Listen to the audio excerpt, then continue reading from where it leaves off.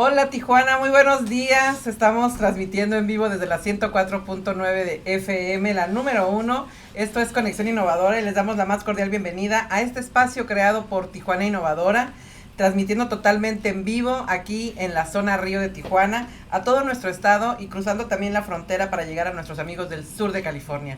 Hoy es miércoles de arte, miércoles también de platicar de cuestiones sociales como la prevención de las violencias y obviamente es miércoles de Francisco Tico Orozco. Bienvenido Tico, muy buenos días.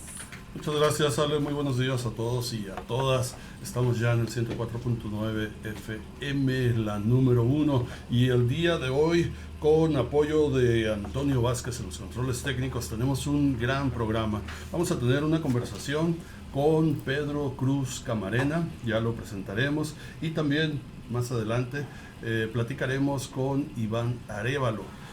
Pedro ha trabajado en diversos temas, pero el día de hoy está convocado acá porque trae un tema muy interesante relacionado con el consumo de sustancias, con los efectos de algunas sustancias, con la prevención de los consumos y la salud mental.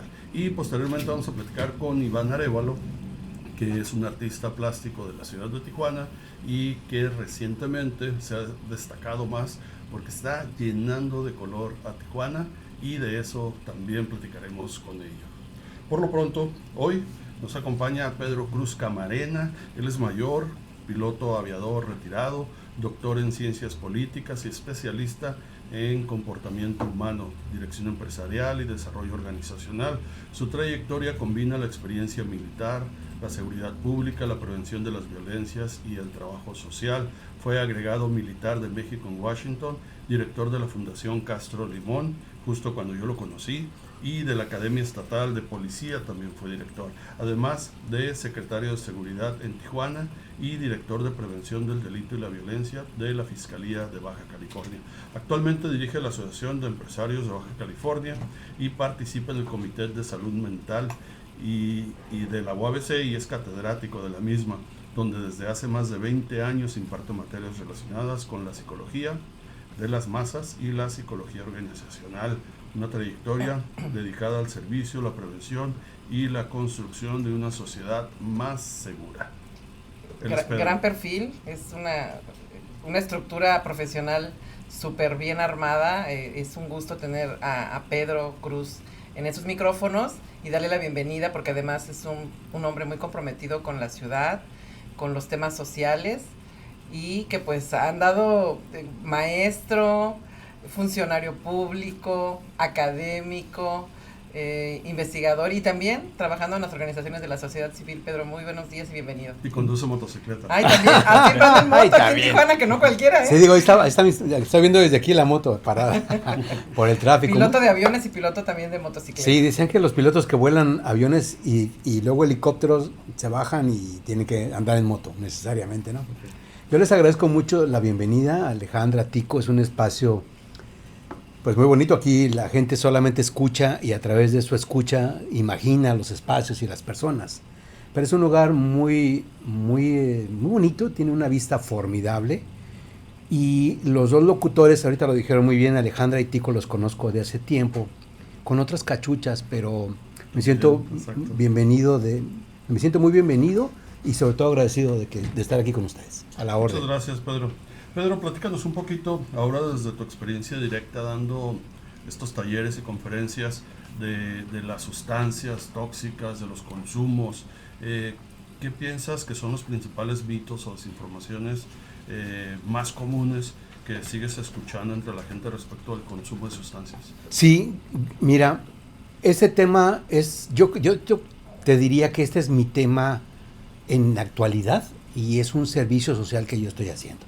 Claro. Lo hago totalmente convencido, como que es un aporte que yo doy de lo que he pasado, de lo que he estudiado, mi experiencia, ahorita la traduzco para poder incidir en algún joven o no tan joven para que en algún momento determinado tome la decisión sana, Tico. Para estar en paz con mi ego, no doy seguimiento ni quiero decir he salvado 100.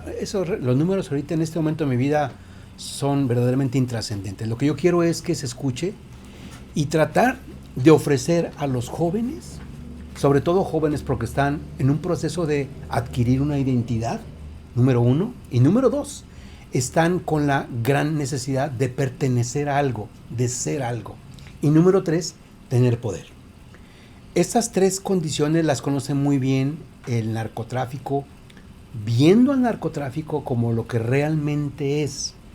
Yo les digo a los jóvenes, esta conferencia le he dado para más de 3,000 jóvenes, y con ellos comparto que tenemos que ver que el narcotráfico no es el muletas, no es el ingeniero, no es el cabo 20, no es el Chapo, no es el Mayo. Todos ellos son instrumentos. Inclusive hay gente de bien que de una manera indirecta en ocasiones forma parte de ese narcotráfico. Si lo podemos ver así como grupos de poder supranacionales que controlan las drogas, pero no como algo de moda, no como algo que te va a hacer feliz. No, para ellos es un producto. Así de frío tenemos que verlo. ¿Y cómo nace el narcotráfico? Bueno, hablando, tú me preguntaste de los mitos. El narcotráfico no nace en México o en Sinaloa, por supuesto que no. Tenemos que remontarnos a mediados del siglo XIX, cuando ocurren las primeras guerras del opio, la primera y la segunda, cuando la India era India y China eran parte de la colonia del Reino Unido, y en la India se sembraba el opio, que era comercializado. En ese momento no era narcotráfico, era un comercio normal. El opio que se controlaba, por supuesto, por el Reino Unido en la India, era mandado a China. Y en China había un consumo increíble. Algunos de ustedes o su auditorio habrá visto películas viejas donde representan a la China antigua, vieja, de los fumadores de opio, que eran espacios ahí, cuartos de mala muerte, con pequeños catrecitos, y lleno de humo toda la pantalla, y los chinos iban a fumar su opio, como es una sustancia que adormece, se dormían, después iban a sus casas, al otro día 8 horas de trabajo o 10, saliendo al fumadero, y así, era una constante que se repetía. Hasta que hubo como en toda la gente hay, como ustedes que están haciendo este tipo de programas, que dijo, oye, espérame, un emperador chino que dijo, ya no me mandes esas sustancias, mira cómo tienes a mi pueblo, ¿no? Entonces el Reino Unido manda a su armada y ocurre la primera guerra del opio. Evidentemente que gana el Reino Unido, y a partir de que gana el Reino Unido, fija condiciones en un tratado de Nanking, firman un tratado que la firma es una vacilada, porque fírmale porque es el predador y ni leas. Sí, y ahí les dan el control territorial de Hong Kong y de otros puertos. Ahí nace el narcotráfico. Nace el narcotráfico en esta que ahora se menciona, ¿no? Si se legalizaran ciertas drogas, se acabaría este comercio informal que genera violencia, que genera estos cotos de poder, etcétera. Ahí sí. Fue la inversa, ¿no? Lo vuelven ilegal y se convierte en todo esto. Sí, y digamos, cuando estuve yo buscando referencias, porque me gusta, pues al fin académico, ¿no? Me gusta cuando hablo estar sustentado con fuentes, no solamente mi opinión. Mi opinión puede o no servir, pero es otra. Se fijan objetivos. El Reino Unido en el siglo XIX fija 3 objetivos, que era mantener al pueblo, ahorita en este momento China, en ese estado de adormecido. Sí, ¿no? El número 2 es estar listo para defender si alguien quería meterse en China, para decirles, hey, despiértense. Y número 3, escuchen bien esto lo que voy a decir, número 3, siglo XIX. Se fija que con la ganancia que genera el comercio de estupefacientes, se pagarían a los ampones y terroristas que en aquel tiempo comercializaban el opio. Ahorita esos terroristas y ampones se llaman cárteles, en México y en todo el mundo. Y yo les digo a la gente, cuidado con que los cárteles hay que decretar los terroristas, o sea, wow, escucho esto aquí muy cerca, cruzando la frontera, que están con esas políticas, y es que seguramente no han leído, pero ni siquiera su biografía, porque ellos ya eran terroristas y únicamente se les daba dinero para que siguieran comercializando. Y después, con la guerra de Vietnam, que quién es el principal promotor, también muy cerca de aquí, hay una gran necesidad de los soldados de utilizar drogas. Uno, porque se enfrentaban a unas... recuerden que ahí en Vietnam se utilizó el napalm y unas atrocidades increíbles. Y entonces para poder soportar eso había que utilizar droga, por una parte. Y por otra, las cápsulas de morfina, que era cuando un soldado era herido, se inyectaba fácilmente, si nomás se presionaba el frasquito, una dosis de morfina, lo que a la postre genera cantidades inmensas de adictos a la morfina. Entonces ahí nace el narcotráfico, porque había que llevar droga a Vietnam.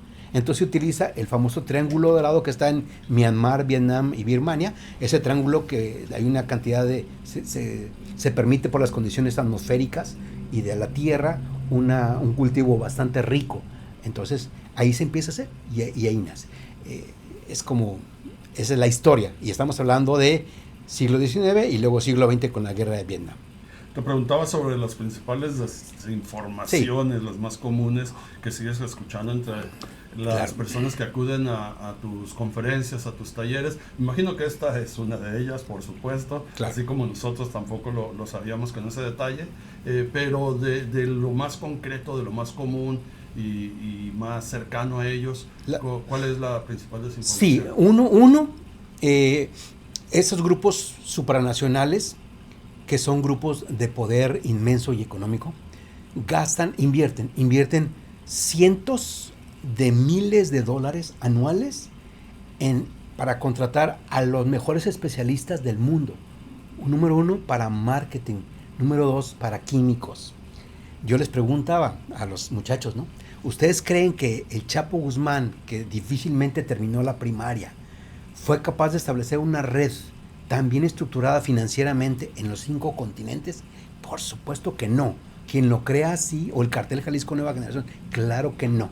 Hay ayuda que está en otros niveles que se encarguen de hacerlo. Entonces, un mito es que, por ejemplo, la marihuana.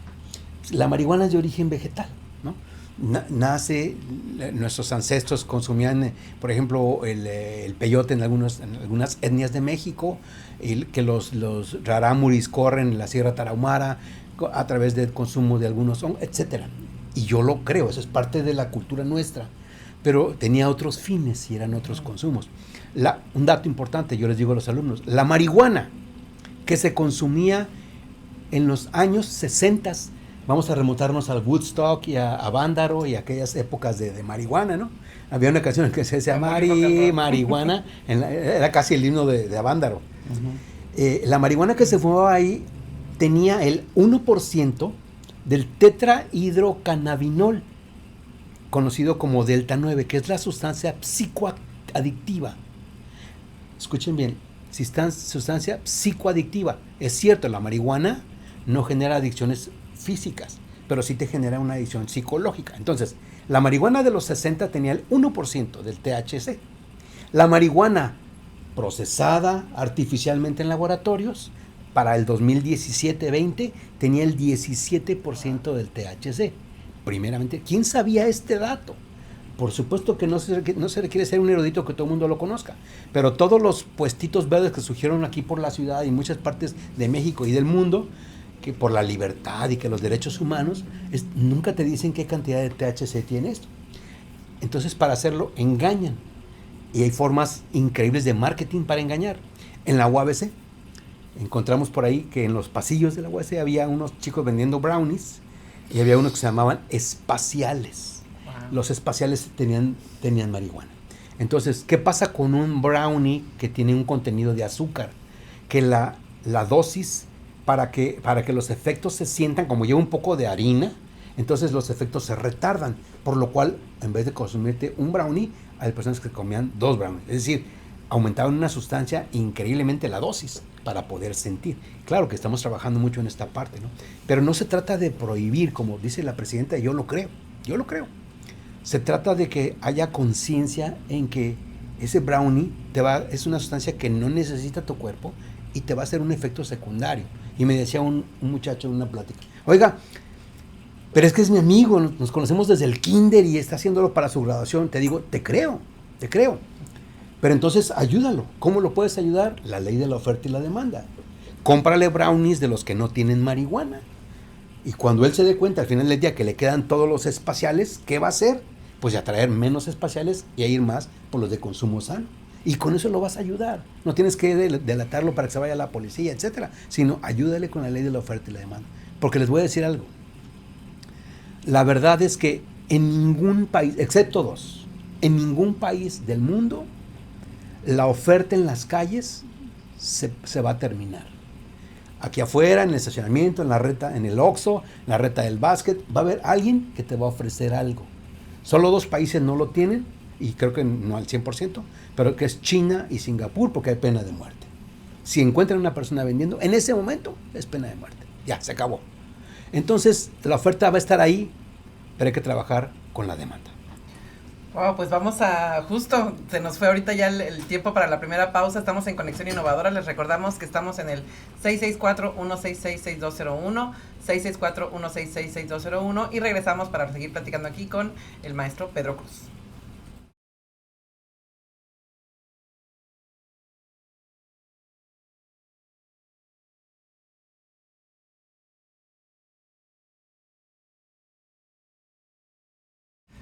Bueno, les recordamos que Conexión Innovadora es un programa de Tijuana Innovadora, organización sin fines de lucro, fundada por don José Galicot. Este año cumplimos ya 16 años transformando nuestra ciudad, impulsando el talento local, la sustentabilidad y el orgullo por nuestra tierra. Y obviamente también tratando temas de interés, temas que nos mueven aquí a la ciudad, como el tema que estamos tratando el día de hoy, Tico.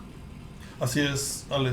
Me gustaría continuar con la conversación con Pedro Cruz, que muy amablemente nos está dando norte sobre este tema, y me gustaría particularmente saber el estado actual en Tijuana, la edad de inicio en los consumos, el principal motivo por el ingreso al consumo, algo que sepa sobre esto.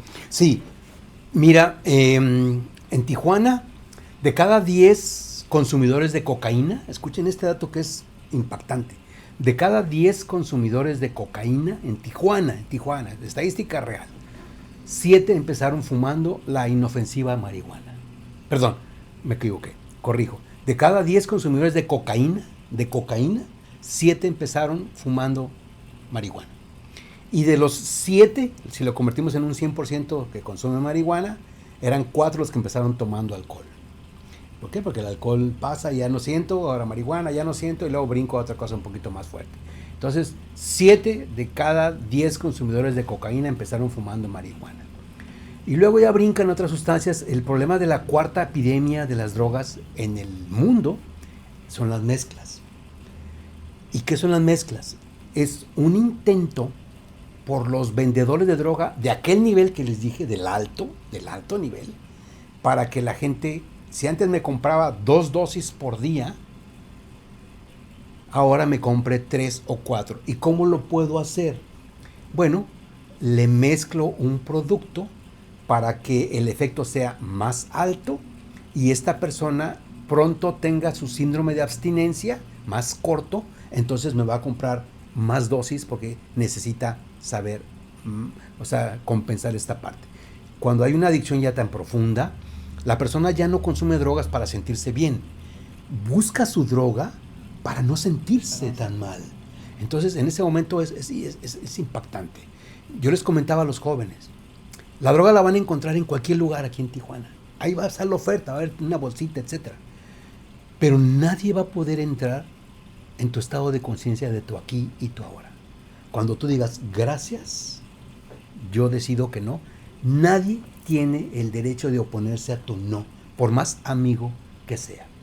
Eso es muy importante tenerlo, porque estamos enfrente, Tico, Alejandra, estamos enfrente de antes se llamaba narcocultura, yo estoy corrigiendo ese término, ya no lo usemos más, porque cultura tiene que ver con virtudes y valores. Yo le puse la narcoenajenación, y la narcoenajenación está en las pantallas, está en la tele, está en las plataformas de televisión, está en las nuevas películas de narcos y narcas, etcétera. Entonces, eso va a estar ahí enajenando a la juventud, pero nadie puede entrar al momento de decisión cuando el joven está en una fiesta con sus cuates, en un lugar jugando básquet y que diga, gracias, no quiero porque me quiero.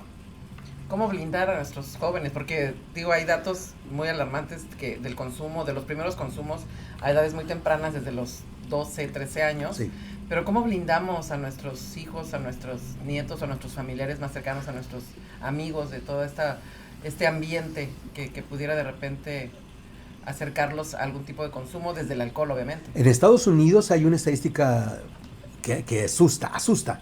Bebés de 0 a niños de 5 años que se han contaminado por contacto físico de fentanilo que hay en las mesitas de los papás adictos. Y llevan al hijo con síntomas de contaminación de fentanilo. Entonces, ¿cómo hacerlo, Alejandra? Mira, no hay una respuesta única, pero porque debe ser integral. Claro. Pero si un obstáculo, con esto quiero cerrar, si hay un obstáculo que el narcotráfico, que tenemos la tremenda influencia del mundo, no ha podido permear como quisieran en México, es por la estructura de familia que tenemos. Los valores, los principios, el respeto en las casas, cómo nos llevamos en las familias, los hermanos, etcétera, eso ha frenado el avance. Yo creo que eso es muy importante seguirlo haciendo. Por eso los programas que tiene Tijuana Innovadora de Prevención, lo que hace Tico, por ejemplo, en la Casa de las Ideas y otras cosas, es extraordinario. Hay que apostarle a fomentar el tejido social, a fortalecerlo por medio de las familias. Y si tenemos por ahí ayuda de los Boy Scouts o patrullas juveniles o policía juvenil o ligas deportivas, hay que fomentarlos mucho, porque eso ofrecen sentido de pertenencia. Claro. ¿Se acuerdan que les dije al principio? Pertenezco a los Boy Scouts, pertenezco al pentatlón, ya pertenezco a algo, en lugar que me den una oferta diferente las plataformas de narcoenajenación. Pedro, el tiempo apremia y pues básicamente estamos llegando al final de esta conversación este día, porque seguramente la vamos de esta primera entrega. Entrega, como dicen los locutores como ustedes. Para vamos a continuar. Pero si tuvieras que dejarle una sola idea o llamada a la acción a la comunidad para romper el estigma, para trabajar la prevención del consumo de sustancias, ¿cuál sería esta? Mira, es real. Mi doctorado es ciencia política y soy verdaderamente antipartido, conozco muy bien el sistema, pero reconozco cuando hay que reconocer. Y tenemos un programa de prevención extraordinario que ha reducido con números reales, la adicción y los decomisos de fentanilo. Los comerciales que están ahorita son extraordinarios. Cuando dice el fentanilo y otras drogas te matan. Esa es la gran verdad. Entonces, ¿cómo hacerlo? Hay que reconocer y seguir fomentando programas donde los chicos tengan un lugar donde ir, a donde pertenecer. Decirles que en su conciencia nadie entra, que te puedes estar frente aquí de una tira de cocaína, una línea, y decir, gracias, no lo hago. Y conozco infinidad de jóvenes que han soportado eso, porque en las pláticas que doy tengo una evaluación y me ponen comentarios. Y me han escrito decir, ¿sabe qué? Me acordé de esto, de la plática cuando estaba con los cuates y dije que no, me sentí muy bien. Entonces, ¿qué tal si es uno? No importa que sea uno, pero ese uno es uno a la vez. Esa persona ya surcó y pudo cruzar el pantano sin marcharse sus plumas como el ave fénix. Así es. Muchas gracias, Pedro. Muchas gracias por esta conversación. No le ponemos fecha, pero muy pronto me gustaría que la continuáramos aquí en este espacio de miércoles o en cualquier otro espacio de conexión innovadora. ¿Ale? Pues sí, continuamos, pues nos vas a invitar a escuchar una pieza musical y agradecemos mucho al doctor Pedro Cruz Camarena por esta plática y lo vamos a tener seguramente en 2 semanas más. Y seguimos también con nuestro invitado Iván Arévalo para la siguiente media hora del programa. Y nuestros miércoles contigo, Tico, que nos encanta, que nos trae siempre buena música. Claro que sí, hoy quiero llevarlos hasta Brasil, hasta finales de los años 60, cuando la música también se convirtió en una manera de cuestionar la realidad. Uno de los nombres fundamentales de aquella revolución cultural fue Caetano Veloso, figura central del movimiento Tropicalia. La Tropicalia tomó la música brasileña tradicional y la puso a dialogar con el rock, la psicodelia, la cultura popular y las nuevas expresiones artísticas, y detrás de esa aparente irreverencia había algo profundamente innovador: cuestionar las formas establecidas de pensar la cultura, la identidad y la sociedad. Por eso, Caetano Veloso no solamente representa una época musical, representa una pregunta que sigue siendo vigente. ¿Qué sucede cuando una generación se atreve a imaginar una cultura diferente. Quizá ahí encontremos una de las formas más interesantes de innovación, no solamente inventar algo nuevo, sino atreverse a romper las fronteras que nos dicen cómo deben ser las cosas. Hoy en Conexión Innovadora escucharemos a Caetano Veloso y recordamos que la música también puede ser pensamiento, identidad y una forma de resistencia cultural. Bueno, pues estamos de regreso, Tico. Qué buena pausa musical nos diste. Así es, escuchamos esta canción que le dio nombre a todo un movimiento.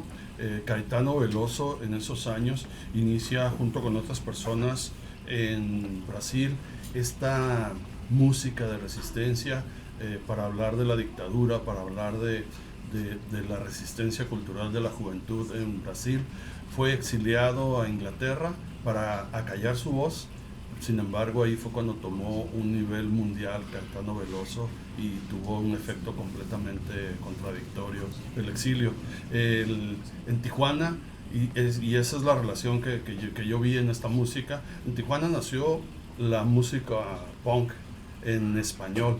Aquí en Tijuana tuvimos el primer grupo punk en español, que es el género musical por excelencia de la resistencia, de la protesta, y eso pasó a finales de los años 70, mediados de los 70 hacia adelante. Y ahorita algo que me quedé pensando buscando esta música y pensando en estas cosas, me quedé pensando que ahora, en este momento, ¿cuál es la música de resistencia de los jóvenes? No logré ubicarla específicamente. Ahorita veo rock que está hablando de otras cosas, veo rap que está hablando de otras cosas, veo música regional que está hablando de otras cosas, pero no he identificado un movimiento importante que atraviese transversalmente a toda la generación joven, que hable de la resistencia innata de la juventud contra el sistema, contra las reglas, contra lo que hace que las generaciones se renueven. Que se hagan esas grandes revoluciones ideológicas, ¿no? A través de las juventudes. Así es, pero otra manera de revolucionar la ideología es a través de lo visual. Y hoy en Conexión Innovadora nos acompaña Iván Arévalo, artista plástico y muralista radicado en Tijuana. Su trabajo abarca la pintura, el muralismo, la escultura y diversos proyectos de intervención urbana enfocados en la recuperación del espacio público a través del arte. Su obra explora temas como la memoria, el paisaje, la identidad y las transformaciones sociales.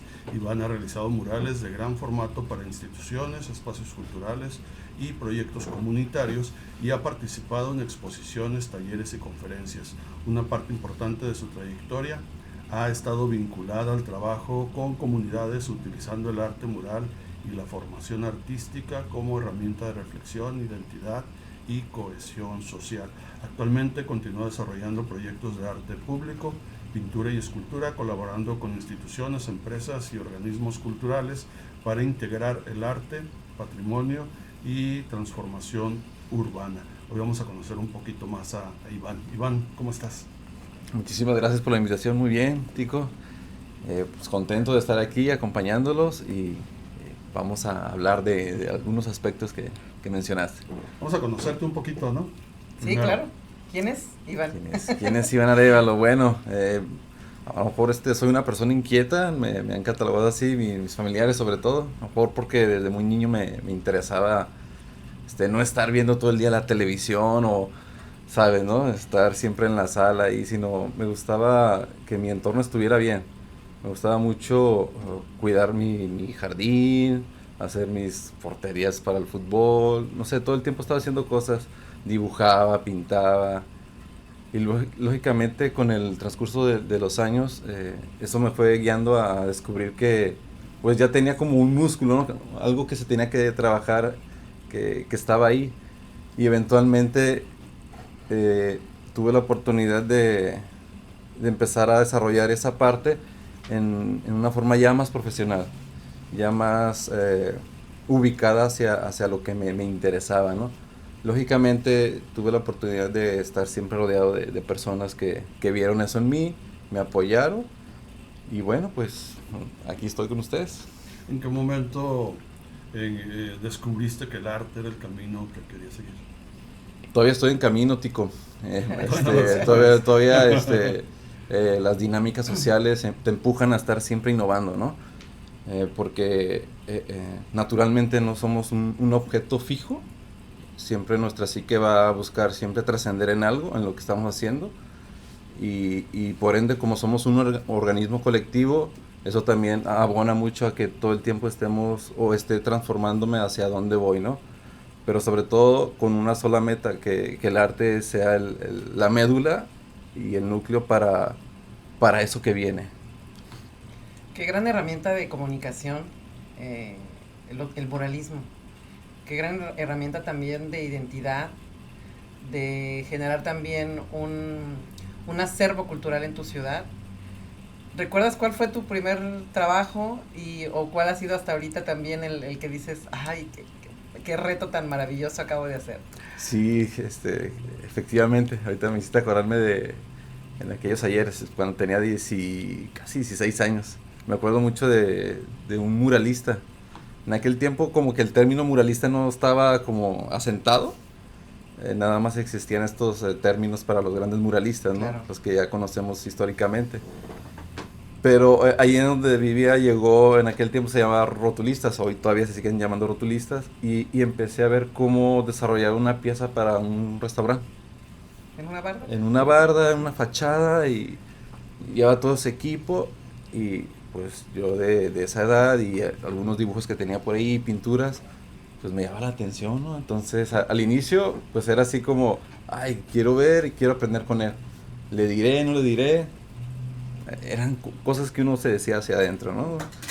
Nunca les dije a mis padres, pero por dentro yo estaba trabajando ese primer acercamiento, ¿no? A que me dijeran no o sí. Era un volado, ¿no? Entonces me acerco y le digo que pues sé dibujar y pintar, ¿no? Que me gustaría aprender. Y él a la primera dijo, vente, ocupo que me ayuden acá. Entonces como que llegué en el momento preciso que alguien... ¿Cómo se llamaba ese rotulista? Se llamaba, ya no existe, era un arquitecto, se llamaba Ulises, no me acuerdo de su apellido, pero hace mucho tiempo. Entonces de ahí él me empieza a jalar a diferentes proyectos en la ciudad. Y uno ya más formal fue en la Plaza del Zapato, en la Plaza Fiesta. Uh-huh. Ahí me tocó hacer un antro, un bar. Uh-huh. Pintamos toda la temática. Menor de edad todavía. ¿Cómo? Todavía era menor de edad. Uh-huh. Sí, pues sí. Trabajábamos de día y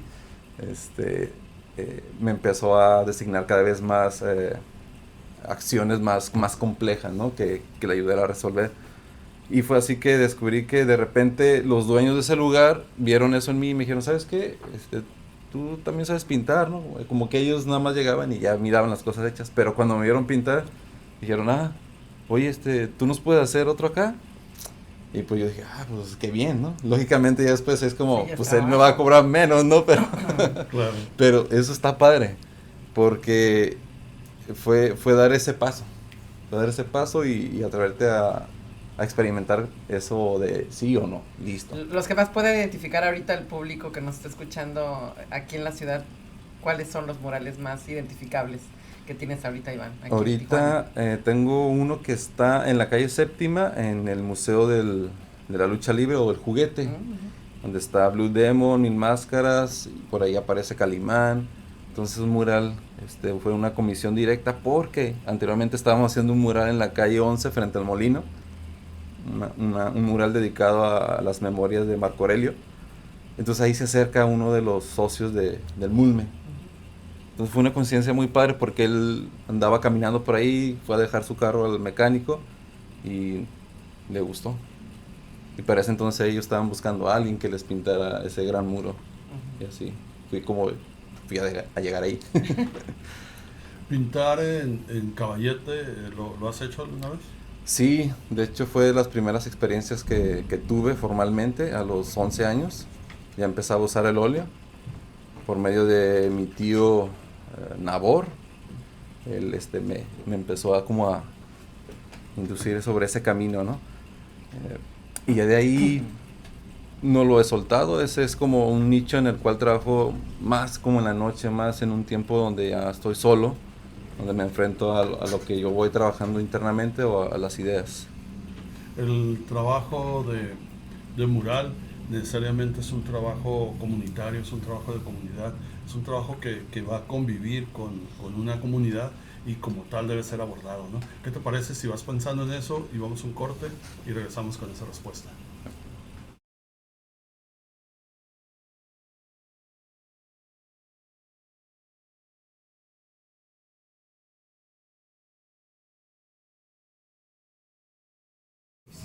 Sí.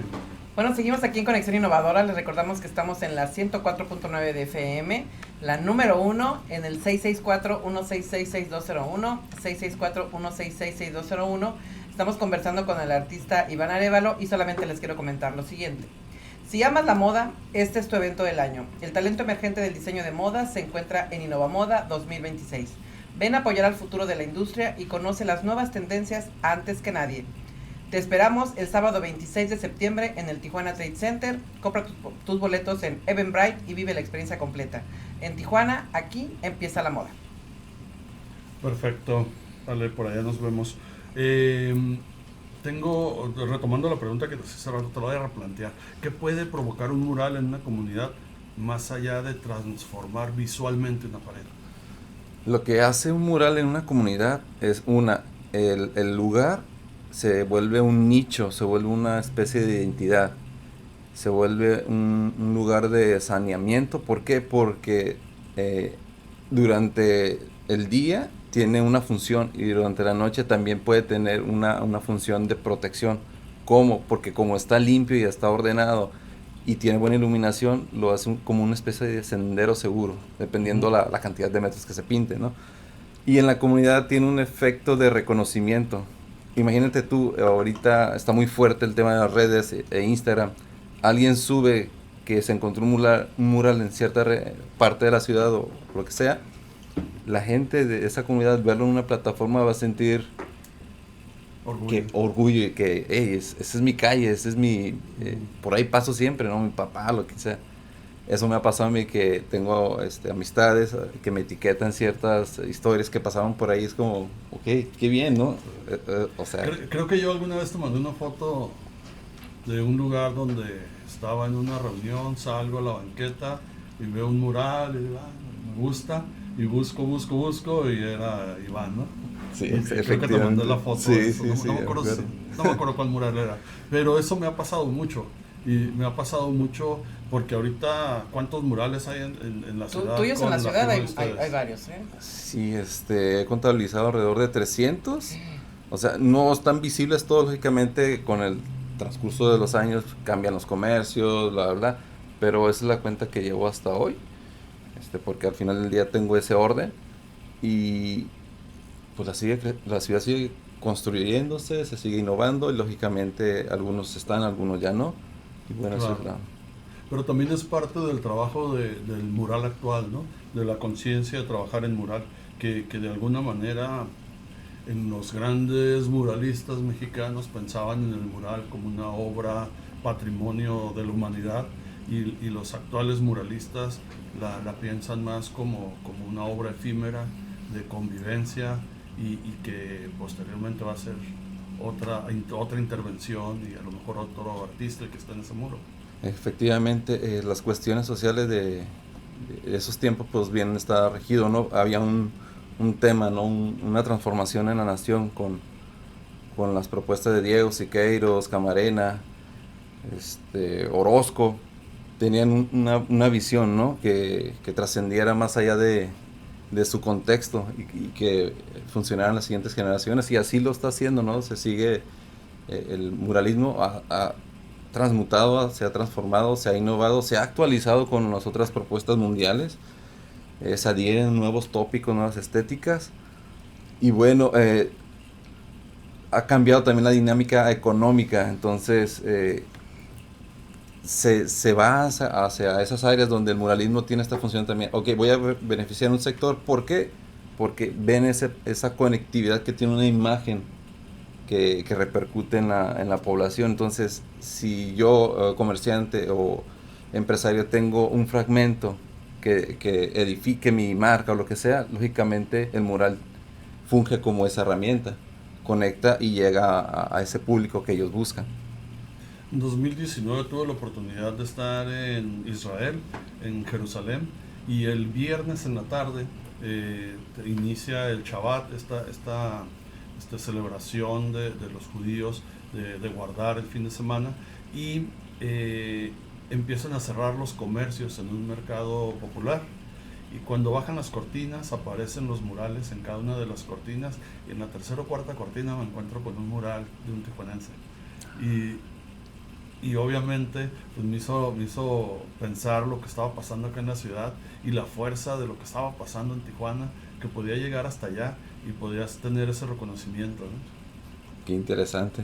O sea, como una acción de detener todo y entras a una esfera de disfrute. Exacto. O sea, está bien descansar también, ¿no? O sea, y tienes como algo inmaterial que te abona a esa parte que, como tú bien nos dices, a la remembranza, a la memoria, al reconocimiento de un compatriota. Qué excelente. Así es. Iván, un poquito tu trabajo también y el trabajo del colectivo en el que tú estás inmerso, involucra familia, involucra amigos. Platícame un poquito de esta organización para hacer 300 murales, no se puede solo, ¿no? Sí, lógicamente esto es como una bola de nieve, ¿no? Empieza primero con el movimiento y va creciendo.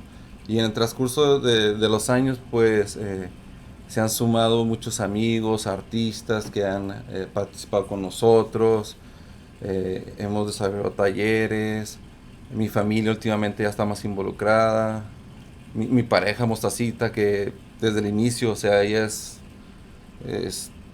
mi mano derecha totalmente, la otra parte del hemisferio del cerebro, trabajamos juntos a la vez, y eso hace que la sinergia pues laboral de alguna manera nos encauce a conectarnos con más personas, más comunidades que nos abren las puertas. Entonces siento que esta parte del muralismo tiene que ir muy, muy acompañado de muchas fuerzas, de muchas personas que ven la misma visión para que esto salga a flote o perdure aquí en la ciudad. Debo decir que a Iván lo conocí a través de Mostaza. Mostaza es su pareja, y Silvia Mostaza participó en el mural que se hizo en el cruce peatonal de Otay. Uno de los 5 muralistas que participaron ahí fue Silvia, hizo la parte que está más próxima a la entrada con Estados Unidos, más próxima a Estados Unidos. Iván colaboró en ese mural. Después nos reencontramos en el podcast de Casa de las Ideas, de Pasajero 29, donde conversamos con los dos, conocimos más de su trayectoria, pero algo que me llamó la atención mucho fue este trabajo de pareja y este trabajo familiar, porque también ahí los acompañaba, creo que tu papá. Así es, ahí estaba con nosotros, ahí estaba cumpliendo su primer año con nosotros. Entonces él ha sido una pieza que hasta el día de hoy ya entendió como por dónde vamos, ¿no? Porque antes lo veía como, bueno, estoy jubilado, tengo tiempo, voy con mi hijo, vamos a acompañarlo, ¿no? Y entonces de repente él dice, el otro día pasé por un mural y reconocí que yo había participado ahí. Oh, qué maravilla. Ajá, entonces es como, ya él se le abrió esa parte de la mente donde dice, yo estuve ahí, yo soy parte de... ¿Hay algún proyecto, alguna experiencia comunitaria en la que hayas visto que realmente cambió la manera en que las personas se relacionan con un espacio a partir de un mural? Sí, hicimos un mural allá por la tercera etapa del río, a la mar, de aquel lado. Hay una zona industrial por donde están la nave industrial Amazon. Ahí hicimos un mural de 50 metros en el perímetro. Entonces, de ser un muro que nada más era muro de contención o perímetro de la zona industrial, se volvió una especie de lugar cívico. Ahí los que viven en esa parte de la ciudad que le llaman Cartolandia, se reúnen, ahí tienen sus reuniones, y si va un partido político ahí se reúnen, si hay un vendedor de carne o tacos, ahí es el punto. Entonces de repente esa zona ya es parte nuclear a pesar de que es la entrada para llegar a Amazon. Entonces sí transformamos esa parte.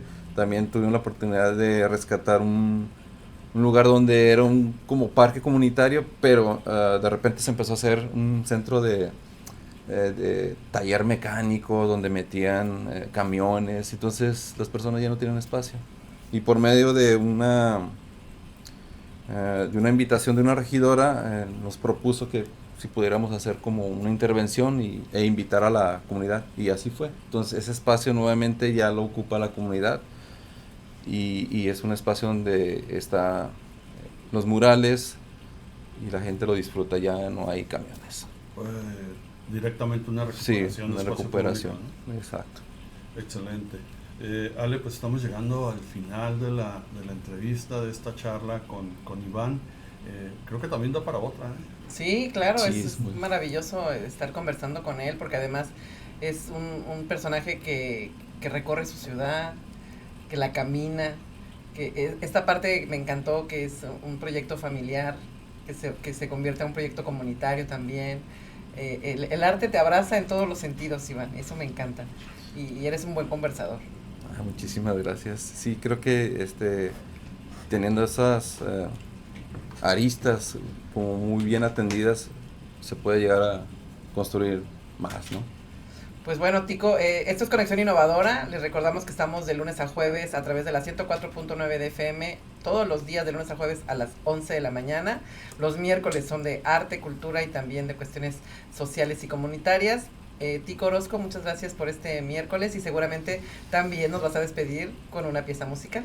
Sí, vamos a escuchar un poquito más de Caetano Veloso, pero quiero agradecer el día de hoy su visita en este espacio radiofónico de Pedro Cruz Camarena, que ya se retiró hace un momento, pero con el cual conversamos también de manera muy agradable hace un momento, y de Iván Arévalo, que recientemente conversamos con él, y también la visita de Silvia Mostaza, que está por aquí en el estudio, pero es muy tímida, y eso lo acabo de descubrir hoy.